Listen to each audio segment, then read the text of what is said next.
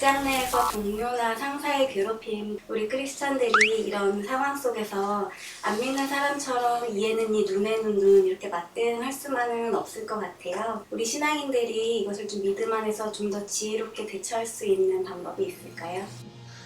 문제 없는 곳은 없어요. 괴롭힘이 없는 곳은 없습니다. 다만 내가 그런 상황에서 어떻게 내가 변함없이 신실한 모습으로 그걸 견뎌내느냐 하는 차이가 있을 뿐이죠.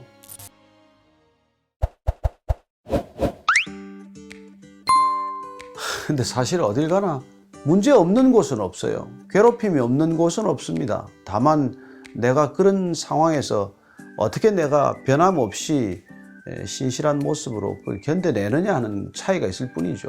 견뎌낸 사람은 결국은 기쁨의 열매를 맛보게 되는 것이고, 끝내 견뎌내지 못한 사람은 결국은 관계만 어려워지는 것이 아니라 내 자신에 대해서도 자신감을 잃게 돼요. 결국은 그거 하나를 풀어내지 못하고서 내가 뭘 풀 수 있을까 하는 데 대한 자책감이나 이런 것에 시달리게 되죠. 그래서 우리가 집중해야 될 어떤 상대가 있고 반드시 풀어야만 할 관계라고 생각이 되면 어쨌든 그 관계에 이렇게 올인하고 최선을 다해야 한다는 것이죠.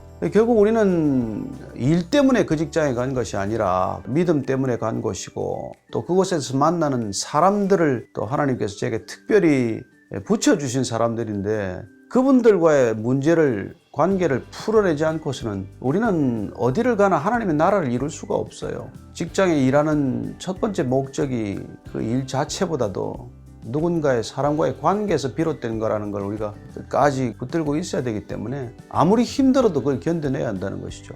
누군들 그게 쉽겠어요. 보통 사람들은 3번 정도 참으면 참을 만큼 참았다고 생각했지만, 우리는 참으려고 해서가 아니라 참아지는 사람이 되어야 하는 것이죠. 그건 내가 방전되지 않는 원천이 있어야 되는 것이죠. 우리는 그걸 신앙이라고 그러는 거 아닙니까? 그러니까 우리가 죽기 살기로 기도하는 까닭은 그게 내 힘으로 풀어지지 않아요. 내가 참을 수는 있지만 푸는 건 내가 푸는 게 아니거든요. 그래서 우리가 참는 게 능사가 아니라 그 관계를 하나님 앞에 사실 가지고 나가는 거예요. 그때 하나님께서 풀어주는 걸 또 경험해야 내 신앙도 한 차원 올라가요. 하나님께서 어떻게 푸는지를 이렇게 한번 경험해보고 나면 그 다음 비슷한 일이 있을 때는 기대가 돼요. 아, 하나님께서 이번엔 어떻게 풀어주실래나. 그게 정말 뭐 그 사람을 제해달라, 옮겨달라, 그렇게 뭐 정말 울고불고 해서 기도하다 보면 하나님께서 결국은 그 문제가 내 안에 있다는 것, 내가 먼저 바뀌어야 한다는 것, 그 사람보다도 내가 더 큰 문제라는 것, 이런 것들을 깨닫게 하는 것이죠. 내가 참는 게 아니라 그 사람이 나보다 더 참고 있다는 것, 그런 반전의 생각들을 가져다 주시는 것을 경험하게 돼요. 그게 다 우리가 기도하는 사람이고 믿음 안에서만 깨닫게 되고 고쳐지는 일들이죠. 불신의 세상을 대하는 건 고통스러운 시간들을 경험하는 거나 마찬가지죠. 정말 누가 얼마나 견뎌내고 그걸 어떻게 풀어내느냐 하는 걸 이제 그리스도인들의 방식으로, 그리스도인들의 삶으로 풀어낼 때 천국이 임하는 기쁨을 언젠가는 맛보는 것이죠.